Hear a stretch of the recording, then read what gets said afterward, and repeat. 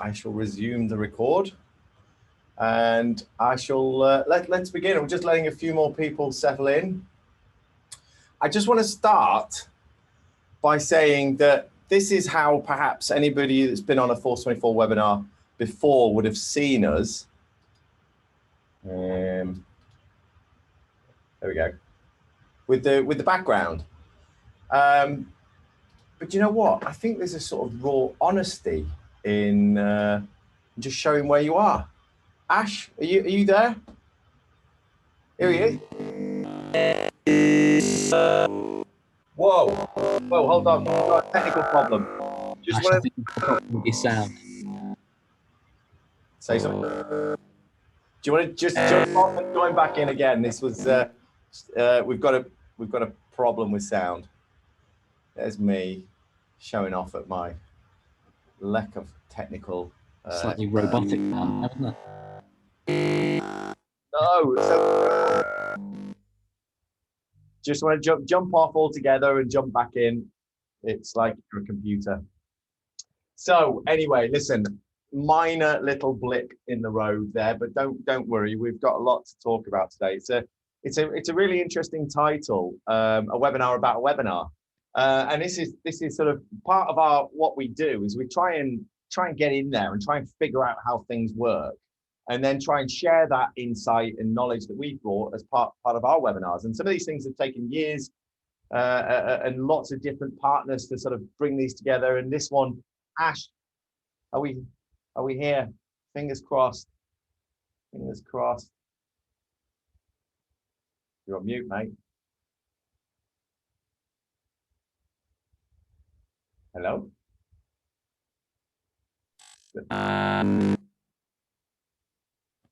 Still doing it. Yeah, he's still getting this sound. Any better? Oh, that's better. That's better. We got you. Just choosing one of my multiple microphones. I think that's probably the issue. But what a way to start a webinar about a webinar. I know. Don't we cover this? I'm sure we cover this. Yeah, right. Well, I'll chuck this external microphone out the window after this. But yeah, sorry about that. No, it's absolutely fine. So listen, as I was saying, guys, the whole point about our webinar series is all about trying to share some insight that we've gained. And again, for those of you who just joined, let's carry on with what we were saying before. I've shunned the digital background. I want this honesty. I'm in the garden shed. It's this whole concept, hear the dog, see the dog. You know, I'm in glorious Harrogate as well. That's where I live. Ash, do you want to just give us a quick intro? Where are you? Yeah, well, this is a real background. This is physical. This is not virtual, but we're gone proper high tech. Adam, I reckon I can put you in touch if you want. Want to get rid of the Harrogate posters, or? I kind of like them. Yeah, I like them too. I like them too. So I'm down in sunny Bournemouth, although it's not too sunny at the moment. And to give a little intro to myself and why Adam's got me involved in this webinar, I'm the event director at Marketing Showcase. And in my normal pre-COVID life, I run live events for marketers across the country. But in the last sort of 15 months, we've had to go online. So whilst I never describe myself as an expert, I've ran 97 webinars, I worked out the other day, since the start of the pandemic. And we've welcomed over 5,000 visitors to those. So I'm not an expert, but I know a thing or two about them, despite what I may have alluded to by not even having a mic that works at the start of this webinar. But I'm hoping I can share some of my previous successes with you guys and give you a few ideas for your next webinars. Awesome. Thank you, Ash. And just to introduce myself, so my name's Adam Olfield. I'm the CEO of Force24, sat in a garden shed. I know it's rather sort of, it kind of paints a rather negative picture in some regards, but it's that honesty, isn't it? That's what it's all about.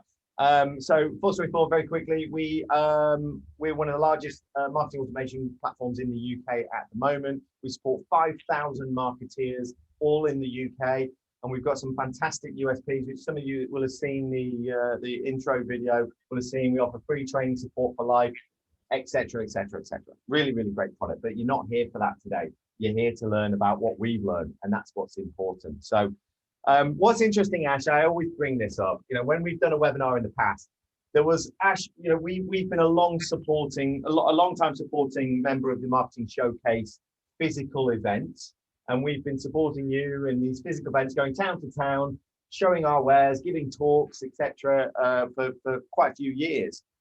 And I'm sure it was 18 months ago, you used to pre-record your announcements in these physical events because you were too nervous about getting up on stage and giving the intro. Well, look, so I think I'd still be nervous doing that if I'm honest.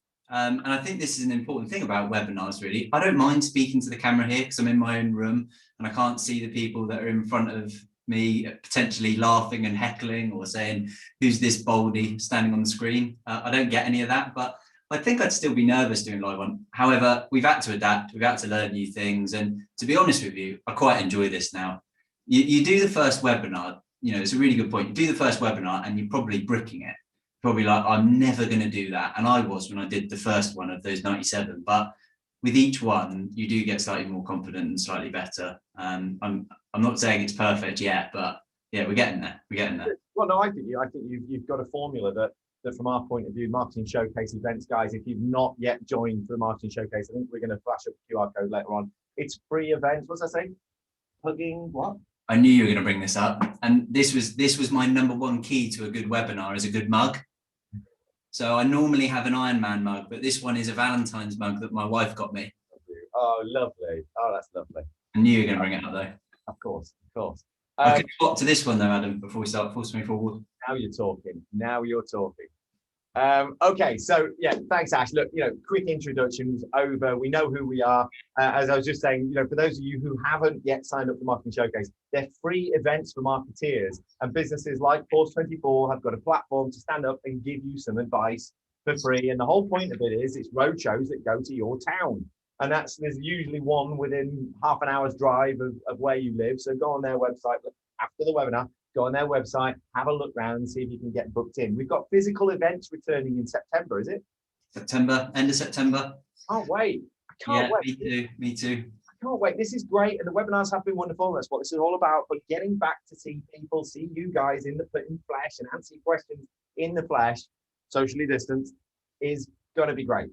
So I'm really excited about that. And but for now, it's digital. And as you said, you've run however many webinars. 97. This is number 98. Fine. Okay, so let's get started.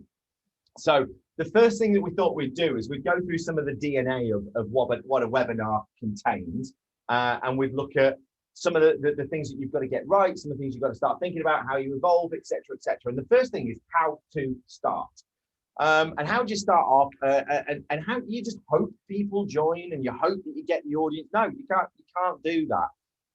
So you have to put in place certain things, okay? And this is what we're talking about. And the first part that I actually think we want to precursor that with is what to expect. Some of you guys on the panel, sorry, not in the panel, sorry, in the attendees, you have run lots of webinars. Some of you are new to webinars. Some of you have run a few, and it's all about optimizing what they've got, and it's about understanding where you are on that journey. So the first thing that we said is what to expect in those early days. And we've sort of pulled together a bit of a list of what we experienced in those early days. And the first person is low attendance. The first thing is you can expect low attendance. You've got no gravity. You've got no track record. There's 61 people plus panelists in this one right now. That's great. I think we had about 200 or so sign up for it. And there's 60 people on here right now. And that's wonderful. That's a really good turnout for a digital event, but it wasn't always like that. And so Ash, from your experience, what were you seeing in the early days? It was pandemic, the beginning of the pandemic. What were you seeing? Yeah, so it's slightly different for us because we're an events organizer, but there's some things that I'd share that would help any business that's going to plan sort of webinars, digital events, is consistency. I was listening, funny enough, I love my podcast, and I was listening to a podcast about a podcast, similar to what we're doing, webinar about webinar. What they say is most people fail at podcasts because they do the first couple of episodes and then they kind of drift off and they give up and they get further and further apart until they stop doing it. And really the results come with consistency. Yeah. So I think, yes, you're right. Expectations to start off with, don't expect much. We even found that with our virtual events. You've got to build that gravitas, like Adam's saying, but be consistent with it and don't give up. Plan in your next, 6 months, 8 months worth of content and stick to it. Really commit yourself and make yourself accountable to stick to it. I'd agree with that. I think, you've got to be prepared to have low turnouts in the early days. You've got to expect that, and you've got to expect it to build. And as like with everything in marketing, it's all about iterations, isn't it? And as long as those iterations are going in the right direction, you know that you're doing the right thing. If they're not, it doesn't mean stop, give up because people are bored of webinars. I've said this 100 times before.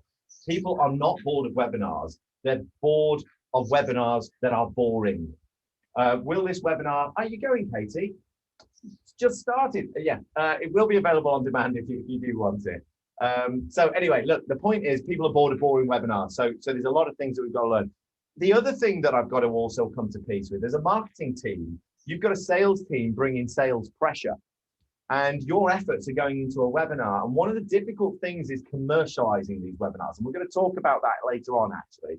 So don't expect, we've got 64, 66 attendees, 65 when Katie does go. If you are going, Katie, you're very welcome to stay. If we've got 65, it doesn't mean we're going to get 65 pieces of business. It doesn't mean we're going to get any business. What it means is that we've promoted our values. We've talked about what's important to us, and we've educated a little bit. So there's a little bit of that residue that's left in everybody's mind. So Ash, is there anything that you, in terms of the early days and what you can expect, that you want to add at this stage? I think it's actually the theory that we drive our events with is I'd rather have one visitor to an event, whether it's online or in a webinar, that's serious, that's a good fit for me, that is bang on who I want to speak to, than have 100 people that are irrelevant. Yeah, and I always say that when I've got clients that are coming to book our events, it's like the first question they ask is, well, how many people are going to turn up?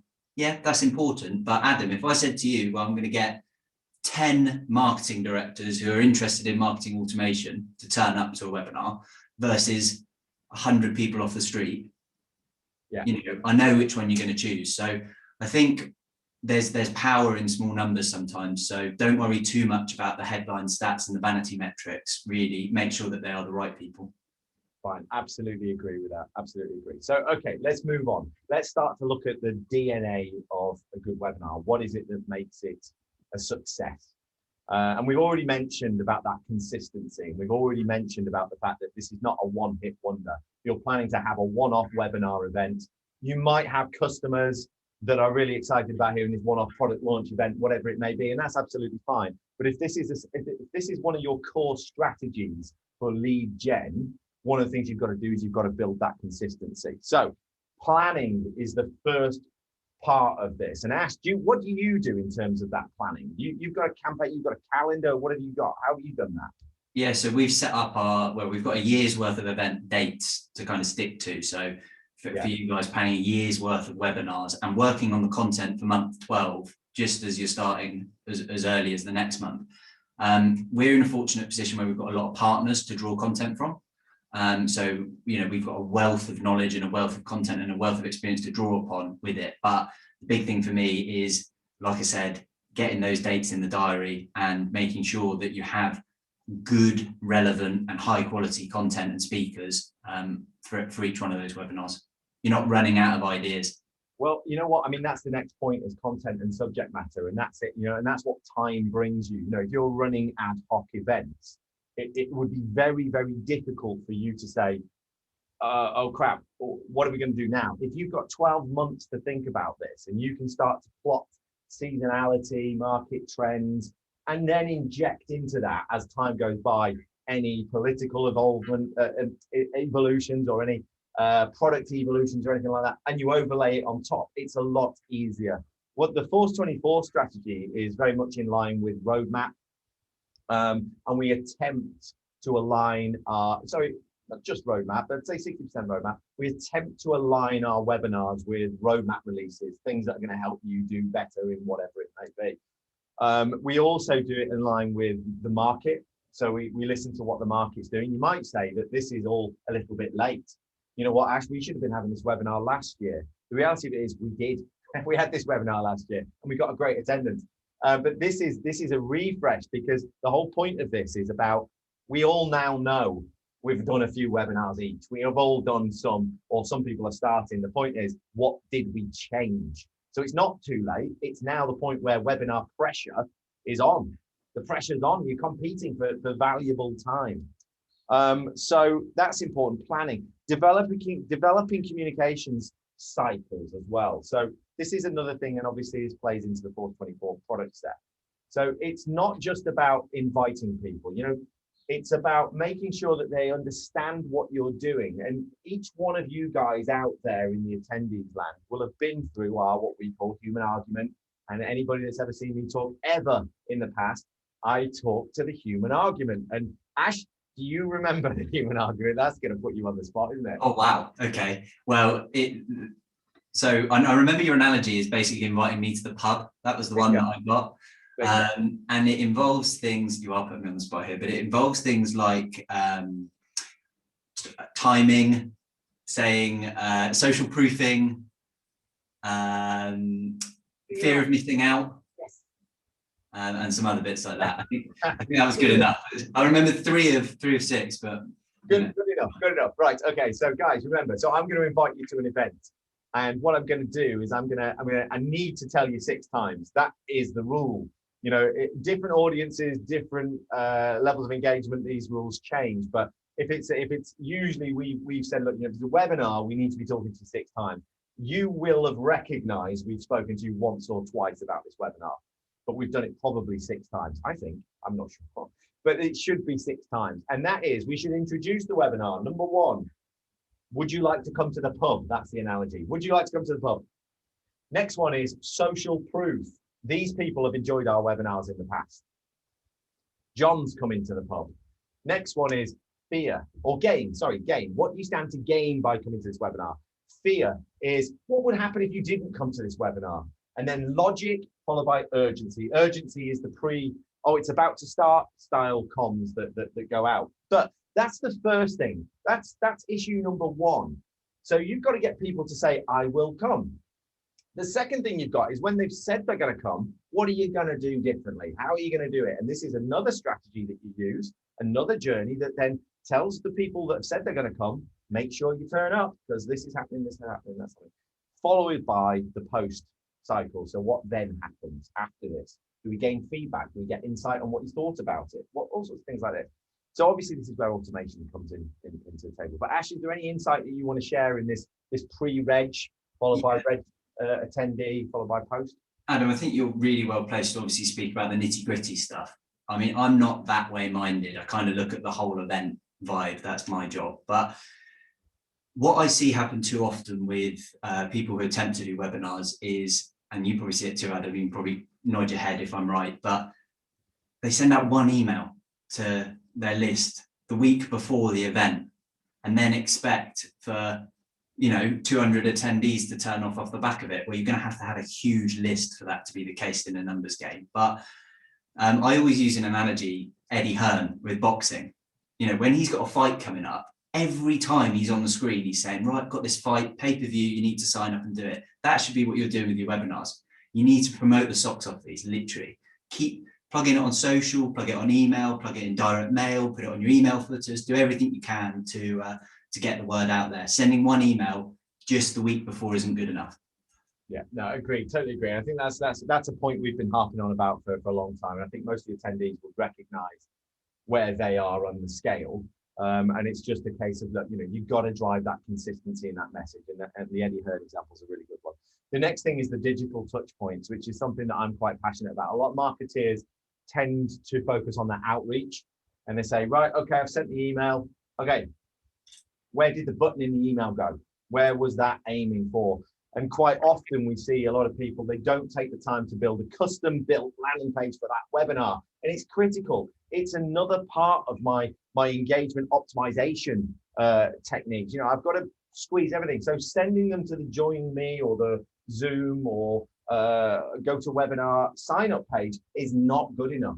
We need to build a custom experience that feels like what they're going to feel like when they get on the webinar. And that's quite difficult to do. So we believe that, the time that you spend should be equal on building that landing page collateral, that destination page. It should be equal to the amount of time spent on building those emails and the communication outreach. And I would challenge you again from the attendees perspective to question, am I doing that? Am I sending it to a page on my website that looks a little bit flat, a little bit boring? Or am I sending it to a vibrant, welcoming, easy to use page that people can just get on board with? And that's, lots of tools out there can help you with that. Obviously, one of the main reasons Force24 exists is you can do that sort of stuff. But the other thing on those digital touch points and the journeys is it's a rinse and repeat methodology. You shouldn't be reinventing each one each time. You should be taking the strategy that you did for your pre and your post comms, and you should be repeating it with new emails, new content, but keeping the strategy the same. So you can kind of get a benchmark of what good looks like. Same for the landing pages. The landing page creative should be evolving constantly, but you need the benchmark of what good looks like. Reinventing the wheel every single time as a marketeer is a big no-no. It's something that I'm quite passionate about. What about post webinar feedback? What do you do there? Adam, just on your last point, I just had a really helpful, I hope a helpful tip that we found. Most people dictate their day on the calendar, Google Calendar, Outlook Calendar. So if you can, in those emails, make sure that people are adding the webinars to the calendar. It sounds obvious, but you'd be surprised how many people don't. I think that's super important. Make sure these events are getting dropped in and reserved in people's calendars. That's something that we've learned in time, believe it or not, is important. In terms of post event, one of the things that I read recently, and it's true for webinars, is you've got 48 hours before an attendee goes cold. So you need to be, after your webinar, if you want them to sign up to the next webinar, if that's the call to action, you need to hit them straight away. You don't wait until the following week. Webinars are difficult to organize and execute, but you need to just make sure you're finishing the job and following up afterwards to whatever your call to action is, whether it's a demo call with a sales rep or it's another webinar, in our case, another event. We're always keen that after you attend this webinar, we're saying, right, this is the next one. This is when it is. Get it in your diary. Yeah. Okay. And that's the smart thing. A lot of people think the webinar ends when you put you hang up on the Zoom call or whatever it may be. It isn't. There's still that critical 48-hour window where the residue of that webinar is still present. Beyond that, we did some work a long time ago in consumer engagement curves with a big furniture brand, and it was all about understanding what the buying trends look like. So you got users engagement levels that do this, and there were certain touch points where you could sort of see that the engagement residue would last longer. Direct mail, for example, versus an email. You receive a direct mail, I will recall that longer, but then you receive an email. An email is about 24 hours max. Classic example, try and remember an email you received yesterday, gone, out your head. Did you get some direct mail from the PDSA or something like that? Possibly, and so that recall on direct mail and email is much higher. Now, webinars is probably one of the highest. You will recall this webinar, but not long. I would challenge you to recall beyond a week. So really the optimum engagement is within 48 hours. So Ash, that's a really, really valid point, and I like it. So we're still in the DNA aspect, and somebody's put in the chat here about quality. Now this is something that is quite important. So that quality of the webinar is many constituent parts. One of them is, is the speaker, is the energy, is the passion. Now, obviously, we've got my good self and Ash here today, obviously doing a wonderful, wonderful job. But the point is, how many webinars have you sat on, Ash, where you've thought, oh my God. Too many. People. And it's not being horrible. It's not being horrible, but if you've got the choice of staff, you need to pick the one that's going to come across best on camera. You need to pick the one that's most comfortable speaking to camera. Yeah, that's you and me, Adam, for sure, for sure. But, we've got other people in the business who would hate doing this. And I like doing it, so I'm happy to do it. I hope I do a half decent job. But, if you've got someone in the business, if your MD is the person you want to get on camera, but they are super shy and they don't like doing this sort of thing, I'd probably look for somebody else to do it. Or even in some cases, that might be a reason to swerve a webinar. Yeah, I totally agree. And actually, I'm being quite flippant. I think the reality is there was a panel of one person and I got the job. And that's kind of what it is. But you know, I would say that our styles have changed over the course of this digital experience. You know, we kind of, when we first started the physical events, our presentation style evolved, and then now we got into the digital events, the webinars. And one of the things that I've always believed in personally, and you guys may agree or disagree with this, is but you got to bring energy to the stage. You've got to bring energy, and that energy is then what keeps the people listening and engaging with it. So the content is key. And I always used to say at the start of my talks, listen guys, I've got some amazing content for you. My delivery might be a bit shaky, but the actual content is really, really good. Now on webinars, I don't think you've got that excuse. You can't do that. You know, you've got to maintain you know, the cadence of the content, working through at the right appropriate times, keeping the audience engaged, but also bring energy to the stage. And Ash, you know, we were saying actually in our rehearsal that you know, there's some great people and there's some less than great people. And is there anything that you would characterize as being what makes the great people and what makes the less great people? Yeah, it's basic presentation stuff, Adam. It's people that smile. It's people that aren't. I think it just, most of it comes down to nerves and being comfortable and being able to kind of deliver the presentation without, you know, shaking all over the place and sweating profusely, because nobody wants to see that. But just, you know, going on to the chat and that point that one of our attendees makes about setup quality, I think it's a really good one actually. And I think I've watched a lot of webinars where I've just been surprised that these are big companies running webinars, but they paid no respect to the actual setup of the person presenting. And I always try and aim for these webinars and for our events to be broadcast quality. That's my aim. I want to make sure that I'm doing this as well as Sky Sports News. I know I'm not, don't get me wrong. I know I'm not, I can't ever, I don't have Sky's budget, but I'm aiming for that. So in terms of actually practically what I mean by this is most webcams, even the ones in cameras, in the laptop or in the computer are okay. But for not much money, I'm talking 50 quid, you can invest in a good HD webcam. Yeah. That's all I rock. Lots of people go overboard with the DSLR vibe, and I've done that, but I put it back on eBay because it just was no better than a HD webcam. More important than that, and I've already kind of ruined my point, is a shotgun mic. This one evidently doesn't work, but this has been my trusty microphone for the last year, and it has up until this point been awesome. But this cost me about 80 quid. Again, I think it was on Amazon. I read early on when I was researching webinars and stuff, because we were going to run a lot of them, people can put up with dodgy video quality, but they can't put up with dodgy audio. So I'd probably say out of everything, making sure that your audio quality is bang on. And then last but not least, Adam, I don't want to go on too long about this, but is lighting. So making sure you're in a well-lit room. I didn't have the luxury in this room of it being well-lit naturally. So I went to B&Q and I bought some of the builder's spotlights that they put up if they're working in the night. And I've got 3 of them, 2 on my background and 1 kind of bouncing off the ceiling on my face, creating a nice shine on my big forehead. But lighting is really important. That would be the last thing I'd say in terms of making sure that the quality is good. But aim for broadcast quality, because if you fall short, you're still going to be somewhere pretty good.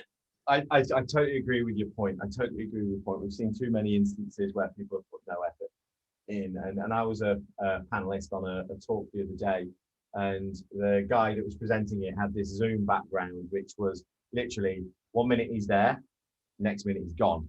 And he's there again and he's gone, and it was freaking me out. And that was one of the reasons why somebody said a while ago, on the MPS that we send out after this, was your digital background was freaking me out. I can't remember who it was that was saying that. So I was like, right, do you know what? I think he's got a point here. And you know, we should aim for an improvement. So you know, real life is what we're showing you. So that's what it's about. But yeah, we moves us on to the next point, which is timing. Timing.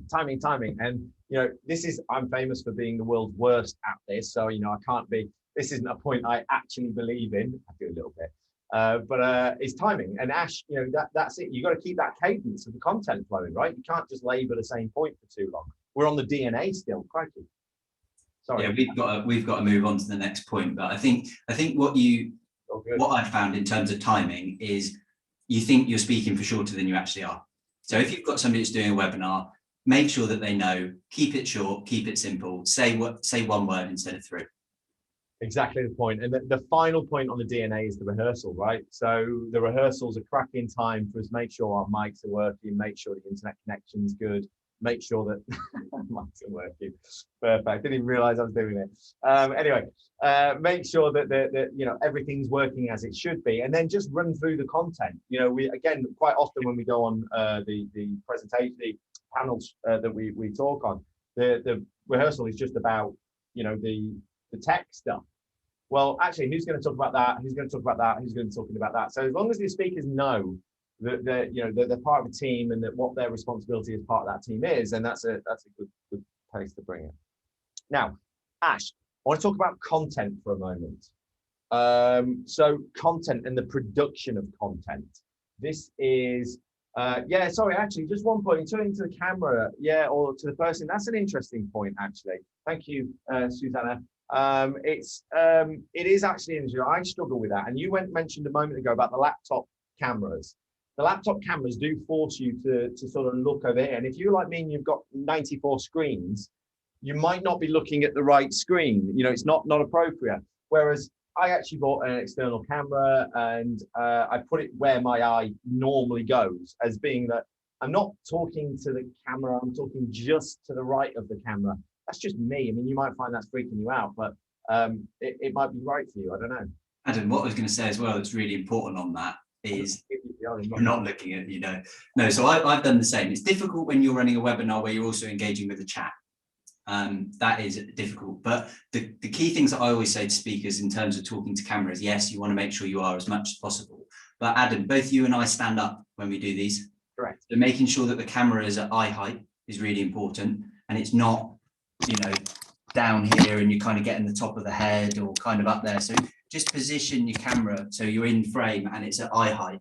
Do your best to look at the camera as much as possible, but it is really difficult as a presenter to look at the chat, look at your notes if you've got them, but just as much as possible keeping eye contact with the audience. Yeah, you're spot on. Do you know what, we've not nailed this, and this is good points. Yeah, great points to bring up to the discussion. So thank you very much for that. So look, let's talk about content. Let's talk about how we create that content. So quite often it's a marketing-led initiative. So marketing is saying, hey, we should do a webinar. And so then you speak to a stakeholder in the business and they're like, well, what do you want to do it on? Well, what are you talking about? And sometimes it's coming the other way. Hey, I want to do a webinar on this new product. I want to do whatever it may be. Now, you've got challenges in both directions. So I often talk about the fact that the marketeer is the guardian of the relationship with the people out there in the world. They guard the customers, the prospects, from the words of the stakeholders. The words of the stakeholders are very sales orientated, potentially. It's not very benefits led. And our job is to take all of that wonderful stuff and then present it in a way that they're going to love and understand at a time that they're going to love and want to hear it. So if it's coming this way, that's difficult because I have to then manage that stakeholder to make sure the content's good.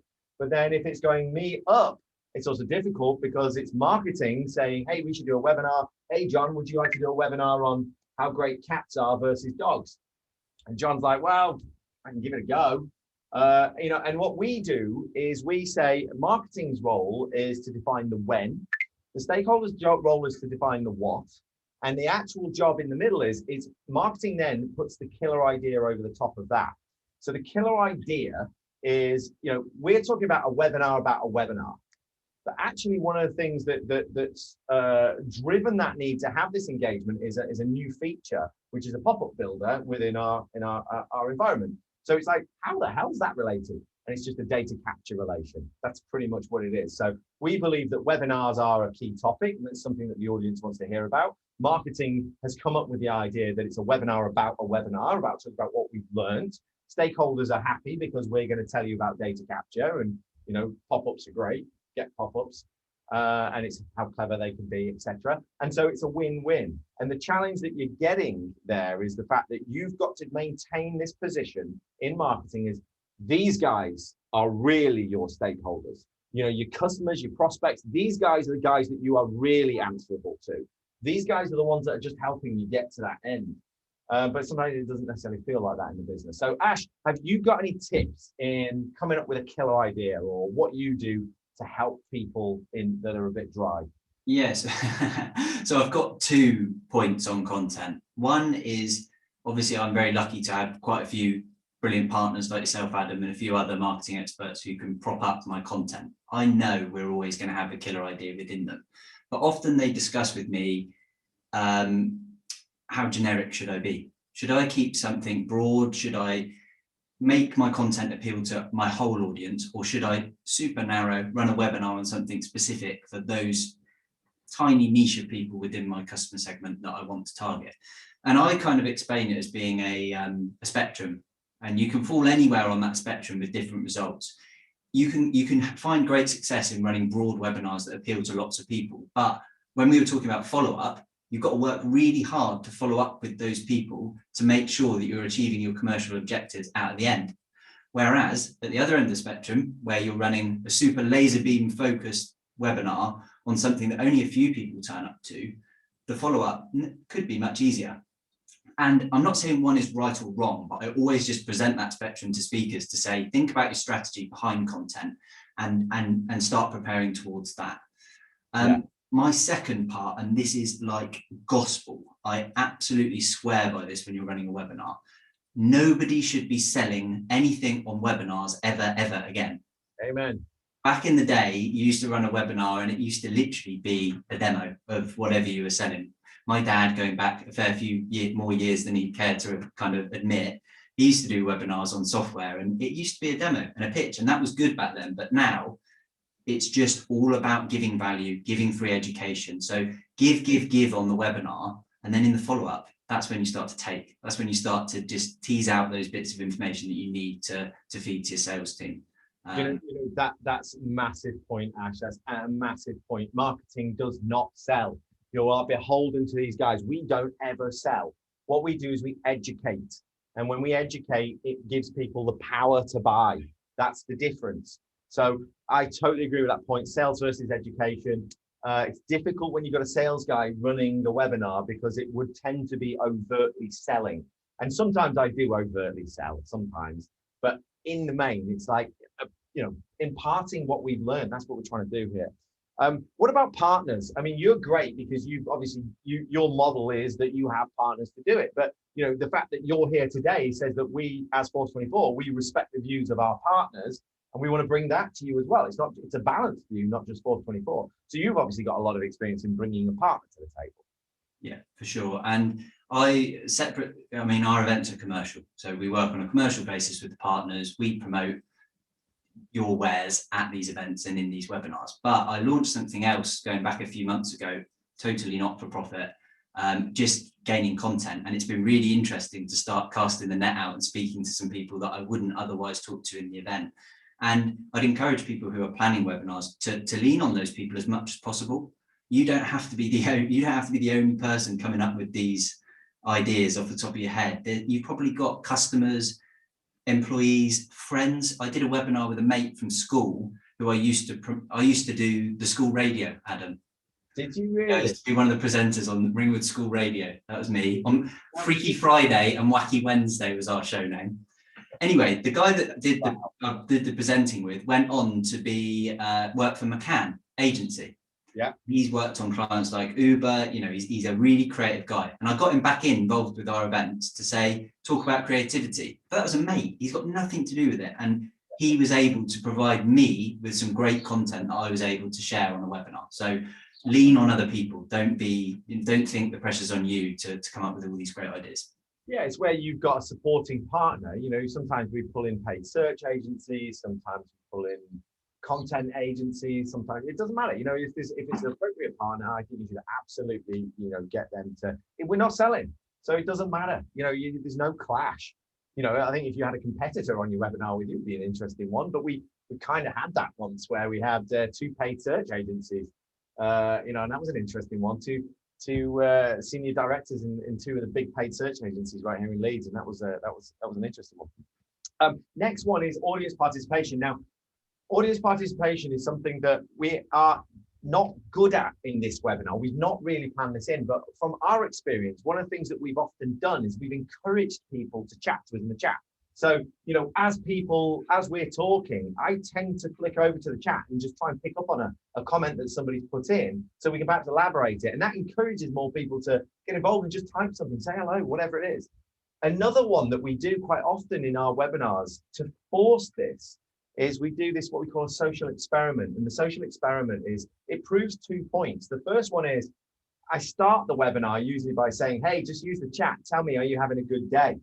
And like literally nobody types anything in. You'll be like, yeah, a couple of people say, yeah, not bad, whatever. And then later on, I do a social experiment where I introduce, using that human argument we were talking about a moment ago, why I'm going to ask you some questions, what you're going to gain by answering these questions. And I give you a really clear instruction as to you just type yes or no, or a Y or an N. And I then introduce it as what the question is going to be about. And then I say, on your marks, get set, go. And all of a sudden, because I've used that human argument, I've really got you engaged. Everybody reaches forward to I ask a question, and the question is actually something like, are you working from home or whatever? And the answer will be yes, yes, yes, yes, yes. And hundreds of people will commit that time and that engagement. And that's really good as a presenter to know that people are listening, they're engaging, and you're doing a reasonable job. So what I then find is people then remain engaged. So we ask 3 questions. Are you working from home? Do you feel connected to the office? Can't even remember what the other one is. And those responses come back. And so the point is, as I say, it's twofold. Number 1, get the audience engaged. But number 2, demonstrate if you ask somebody 6 times using that human argument, the responses are much greater. And then when I've got that, I then say, for a third point is, imagine now you've actually asked some useful questions on that webinar. And there were 3 questions, 2 different answers. So that's 6 or 9, I don't know how many different combinations there could be, possible outcomes that, how would you respond to each of those individually? And that's obviously where marketing automation comes in. It's then how do you feed that data? But audience participation, have you seen it done well? Yeah, Adam, I've got 2 points on that. Again, I seem to be bringing 2 points to every one of your 1 here. All right, 2 for 1. We're not competing there. One is if you have somebody else in the business that can act as a producer, sitting behind the camera, not on camera, but running the chat. I try on my webinars when you're speaking, Adam, when you're just on camera and I'm not here, I'm in the chat asking people questions about your content. I'm just backing up everything you're saying in the chat. And, that's a good way to get people to start talking to you. The second thing that we've been monitoring over the last 97 webinars is when somebody engages in the chat, they are usually the people that follow up with our client at the end. So if you can get people to start talking into the chat, we've started to deduce that those are the people that are then a bit more comfortable with talking to clients afterwards. So the goal in these webinars is to get a busy chat, to get people. You can do things in Zoom really simply, like you can add polls, do all that stuff, make use of the functionality that's available to you to get people to engage. Because I'd say over and above giving great content, that's what I want back is you guys to engage and kind of start fizzing away and start talking to me. So I'm not just talking to an empty room in our office. Totally agree. And Rory, hi mate. Are you there? He's gone for a cup of tea. I'm here. His face on camera. He's had a haircut recently. Big step forward. So well done, Rory. Anyway, so we've already talked about have a team in the background. Great, absolutely. Picking people, pick on people. This is something that we do try to do. But also, aim for that broadcast quality. You've already mentioned this. Turn off the virtual backgrounds.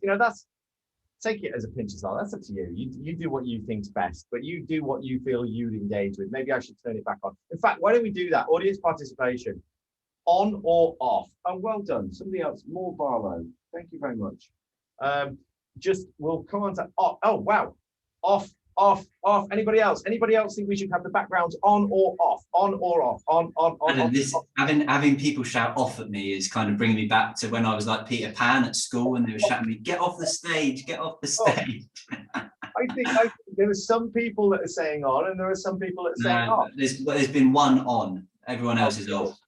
Okay, so whoever said on, why on? Why do you think on? Is it the branding? Is it the branding that makes it better for you? This is what I say replied. And one of the things I'd say about the virtual backgrounds is, unfortunately, it works better for people with short hair. So you often find if you've got a female presenter who has long hair, it can't pick out, unless you've got an absolutely awesome computer with a lot of processing power, it can't pick out the strands of hair. So you just get like half a haircut and then all of a sudden bits showing up in random places. So mine is gorgeous, a beautiful place in. Oh wow, okay, yeah, you should definitely keep your screen on. We don't want to see. And just before we move on, Adam, what about the virtual background thing? I probably can mention their name, but it's probably just because I can't remember who it was. But there's a kitchen company that ran an advert about being afraid of your kitchen. Yeah, it was either Howlands or. Oh, it was. I saw it. Yeah. And they said, have you got kitchen fear? So sometimes people have to use a virtual background to cover up a really dirty bedroom or something like that. And to be honest with you, just clean your bedroom. That's what I think. Or use a blank background. Like don't commit to these virtual backgrounds, in my opinion. But most people can find a blank wall to record in front of. Yeah. So just Jamie, your point. Yeah, you should. Yeah. I realised, Jamie, your point is just put posters up. Do what Ash has done. You're absolutely right. And I actually realised this a little bit too late. And I'm going to work on this. This is something I'm going to work on. I'm going to create a background that does the best of both worlds. But I agree, Cloud 8. Your point is just bloody tidy up. Maybe you're going to do it. Make sure you've got something decent behind you. Simple as. Now, the other thing is actually that I believe in is about bringing the company values forwards. So these are an opportunity for you to live your company values. And so if you don't understand what they are, or you're not sure, they've not been properly communicated, you should probably brush up on what those values are and what you as a business stand for. So how I act, I don't need to go into what the Force24 values are right now, but the point is that I embody them, and I attempt to embody them because that's what we've decided we should look like from the outside coming in. And so I attempt to, I'll give you it's force. Our values are force, F-O-R-C-E. F is fearless. Not really, but it is fearless, yeah. But it's all about being prepared to do different things, being a little bit, avant-garde, or a little bit more, not risk-taking, that's the wrong word. It's fearless means something different to lots of different people. But anyway, I'm not going to we haven't actually released to the rest of the business what the ORCE is yet. So this is a relatively new project. So I can't go much further than that. Okay, bring the energy, bring the values. That's something we want to add. Follow-up. Now, this is an interesting one. So the follow-up, this is all about what do you do to convert that webinar attendee into a meaningful business contact or relationship. And this is a different one. And commercializing that engagement is really, really hard. Because again, as we've already mentioned, as marketeers, we're here to educate, and that's exactly what our job is. But our education is in line with our product and our values and what we do. So really, the path is all about using that 48-hour window to feel your way through. So one of the things that we do is we use an NPS score. So we want to know at the end of this how well we did. We obviously do put a link so you can book a demo, request a price list, or whatever it might be. So they're great because they're people reaching forwards. But after that 48 hours, it's very much about feeling your way forwards. And again, this is where automation's great, sales pitch alert.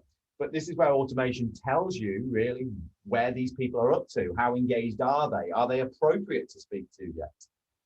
So Ash, have you seen people doing really well at this, or is there anything that you've struggled with? So I've come up with a theory for this, Adam, and I'm going to share it with everybody here.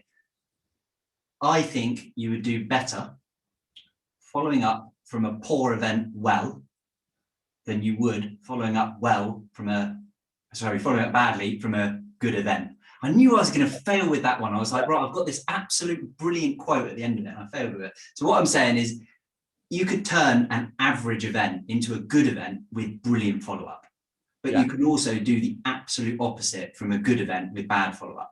Yes. So you just need to make sure that the webinar is really only, when you look at it in a Gantt chart, you've got 20% pre-webinar, making sure the promotion's good, the planning's good, the content's good. 5% for the actual webinar and doing it, the 30 minutes are on screen, and then whatever the remaining percentages that I'm not too good at maths to work out is follow-up. And it's the most important part. And Adam, to your point, I see it go wrong all the time. And unfortunately, we're a commercial event, so we've got people paying us to present webinars, and then they don't do anything with it. And it's the most frustrating thing for me as an organizer running these and putting heart and soul, blood, sweat and tears into it, when you kind of think just doing the webinar is the only part of it. It's not. Follow-up is far more important, in my opinion. Okay, so why would we not follow up? Why would a business not do it? Let's look at some of those reasons then. So why? Okay, I've done this great webinar. 65 people came. Why would I not follow up? What I see more often than not is that you're a small business owner and you're trying to do all of this yourself.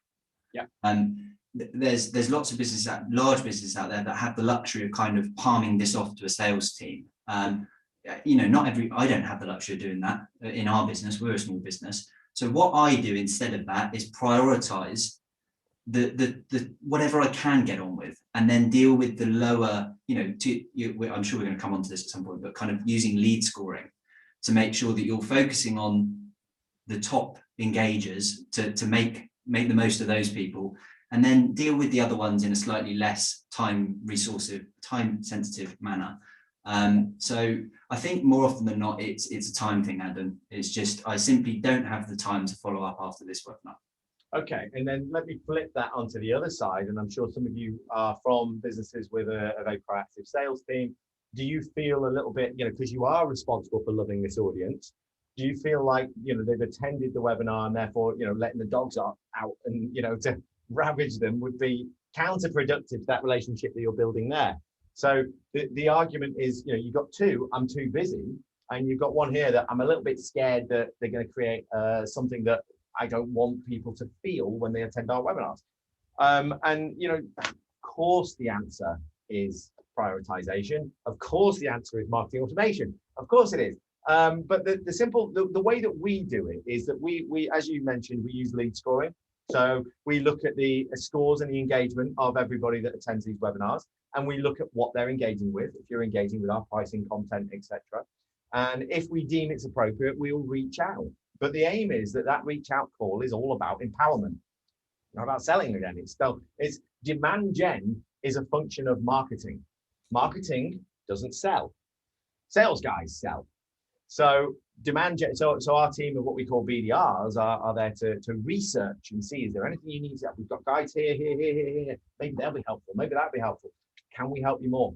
So there's that, but also that prioritization aspect that you looked at. We've got a big BDR team, so we can cover a lot of ground, but not everybody has. The point is there that you've got digital assets, and what we do is we go in with the NPS, as I mentioned first, followed by, hey, how was, we hope you enjoyed that. Here's some other great webinars that we're planning to run. And by the way, we've got this wonderful content lab where all the stuff that we've done before is all there. Go and have a look at it if you want. So there's some great guides in there. So we use digital marketing to cover the ground, all of it automated, because of course next event, we're not going to rebuild all of that journey again. We're just going to plug it in, change a couple of the words, and off we go. Same again. So I think the follow-up is, we often do what we know how to do as marketeers. And, I mentioned the value of fearless. Fearless, one of the values of Force24 is try new stuff. Try new stuff. Come and find out what we're saying about this. Come and let us show you on screen how you would do all of this stuff. And that, fearless act, really. I'm gonna have a look inside the lion's den and we'll see what it's all about. It's not really the lion's den, it's a lot more friendly than that. But the point is that there is rinse and repeat, and it's that post follow-up commercialization that makes it all justified. It's key. I don't actually expect any one of you guys to necessarily buy on the back of this webinar. I expect that some of you will go and research what it is that we do. I then expect that the retargeting and efforts that the marketing team have done will then pick up and then send you down a journey that tries to then empower you to make a decision to go to the next step and think, what, I'm not happy with HubSpot. I'm not happy with MailChimp. Actually, I'm not getting the best out of this. I'm paying too much. And that's the conversation that we want to foster later down the line. But today, we just want to talk to you. We just want to say hello. Okay. So we talked about a lot of the important things that we wanted to cover today, actually. So now what we wanted to do, we are 1 minute ahead of schedule. Would you believe that? That is a first. Adam, I'm going to get you like a scout badge that you can sew to your shirt. The webinar timing badge. I'm going to wear it with pride. I need a lot though, because I've got the same shirt lots of times. So if you get me a few, that'd be wonderful. That's a Steve Jobs thing, isn't it? Is it? Or is it? It's either Steve Jobs or it could be Mark Simpson. Mark Zuckerberg. It's like you got too much going on that you just can't decide on an outfit in the morning. You've got to have that same. Well, you know, I do model myself more on Homer Simpson than Zuckerberg or Jobs, but you know, I get your point. I appreciate it. Adam, can I pose some of these questions to you? Should I help you with that? Yeah. So I think give me your opinion on this, and I actually would. I don't know if you're okay with this because this is your webinar. I don't want to boss people about, but I'd be really interested. Somebody's asked about the role on the mix between PowerPoint presentation, screen share versus you being on the screen. Now I'd like, if it's okay with you, Adam, to ask people in the chat to say how they feel about that. Would you rather see our faces when we're doing a presentation, or would you rather we screen share and put it in the corner? My opinion is, isn't it funny how, Adam, when you were at our events presenting live, everyone looked at you really, and your slides were secondary. Okay, we glanced out. Yeah, but you know, when you go and see a live presentation, we're looking to you as the presenter to kind of guide us through. But all of a sudden, when we go on Zoom, the first thing every presenter does, bar you to be fair, when you're doing our events, is they say, right, I'm just going to share my screen quickly, and then they hide behind their slide share. And I think that's a real failure for webinars. It's like, at least at the start of your webinar, start talking face to face before you then dive into a screen share. But a lot of it's software driven. You know, on Zoom, if you share your screen, it's actually the user that decides how much they want it to take up their screen or not. Whereas some software would dictate that totally differently. But my personal opinion, face to face. Can you do that? Can you adjust as a viewer, you can. That if you go into speaker view and you're sharing your screen, there's a little tab, and it's very difficult to notice. But I spotted it the other week, and it means that you can say, right, I want to see 50-50 face and slides. But so guys, let's ask that question. You know, what do you think? Do you prefer more of a panelist style debate like this, or do you prefer sort of a factually led PowerPoint style presentation? Let's make that easy. Presentation, debate. Presentation or debate, or P or D. Let's make it even easier. A P or a D. We could do rule of 6 on this, Adam. We haven't done rule of 6, did we? Yeah, Jamie's got it. Yeah, a few people go P plus D. Okay, D, debate. More people so far, D. So more people on the debate front. Somebody quite rightly puts depends on content. Yeah, agree. Fair enough. If it's data heavy, maybe it's best to rely on a slide. But even then, Adam, you can just you could be speaking, and then when you get to your slide, share your screen, show the presentation, then go back to being face to face. Well, we did one with Smart Insights, the famous Dr. Dave Chaffee, a couple of weeks ago. And we've got another one coming up actually fairly soon. Great guy, great presenter. But their software that they use does you either are on screen or you're presenting. There is no in the middle. So what you do is it forces you to bring the slide up, talk about it, turn it off, and then debate about it. I like it, I kind of don't like it. I like it, I kind of don't like it. I definitely prefer this style of chat though, personally. If I was going to listen to something, I want to hear two voices. I want to hear audience participation. I want to hear, you know, I get bored really easily, as you can probably tell.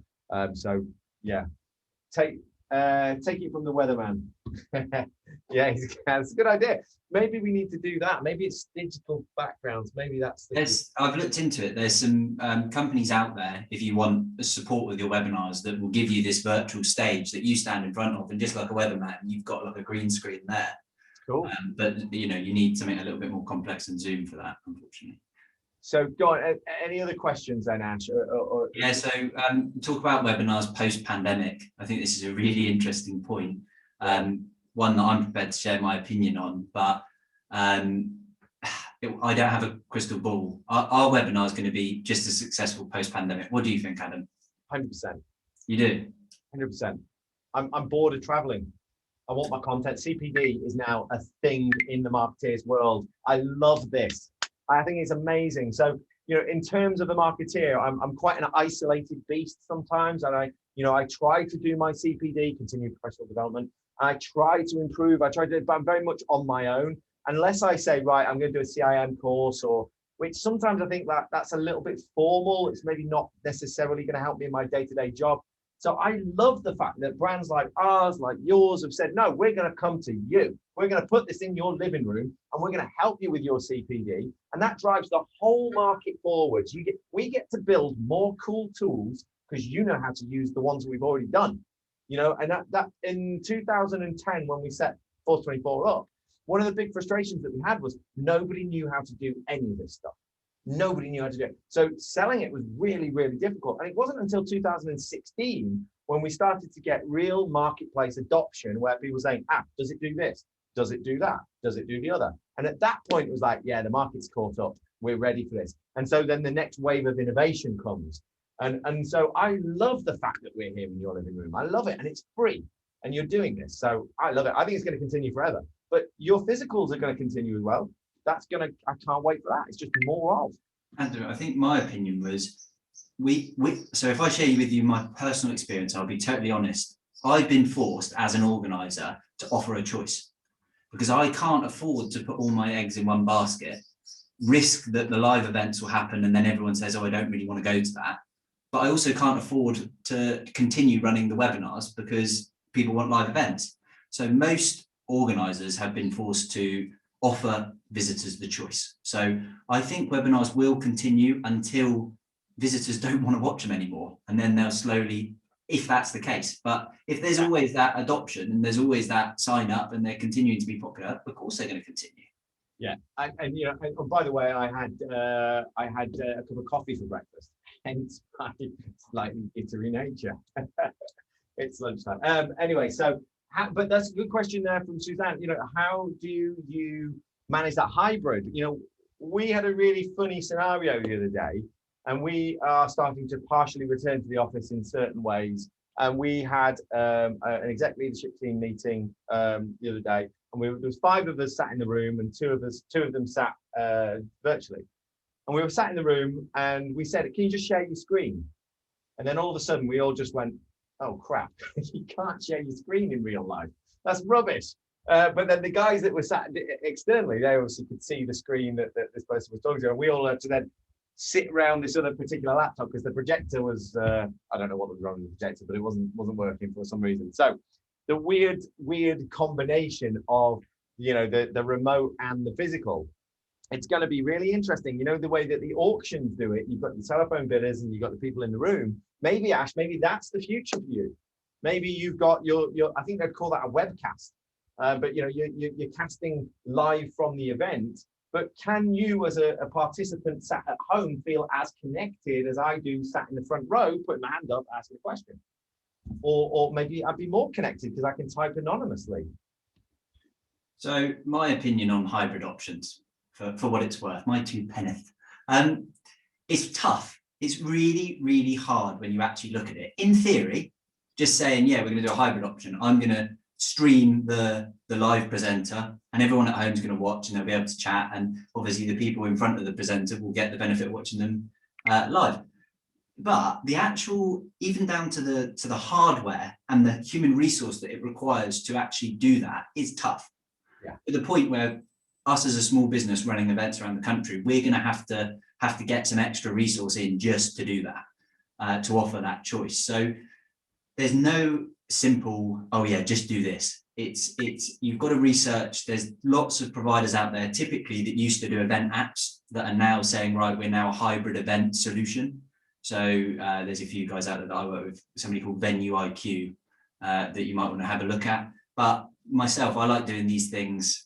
I like keeping them as close to our control as possible. So what I'm going to be looking to do is employing more people to stream these, and they'll get exactly the same experience as you've got now watching us virtually, and the live attendees will get exactly the same experience as they do watching live.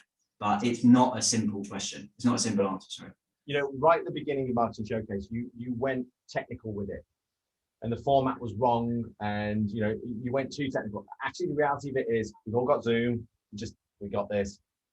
I did see actually an event recently where they were asking speakers to go to a studio. So the panelists were all in a studio and people from home. So it was a bit like, one of these interviews and there's 5 or 6 speakers all in the studio, in the chairs, on the stage, broadcast quality, and the people at home could just ask the questions and engage.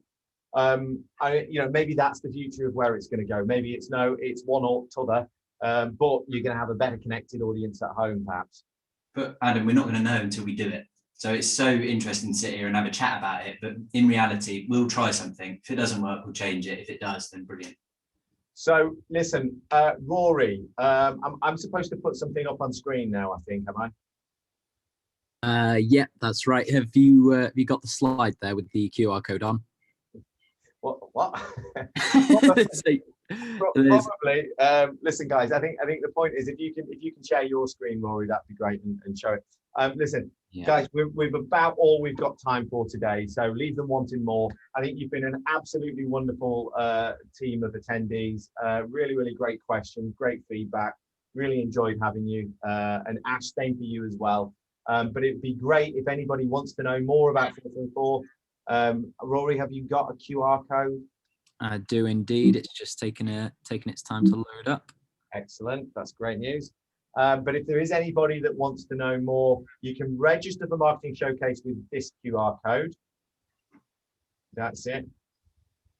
And anybody that would like to know more about Force24, please feel free to go to the force24.com website.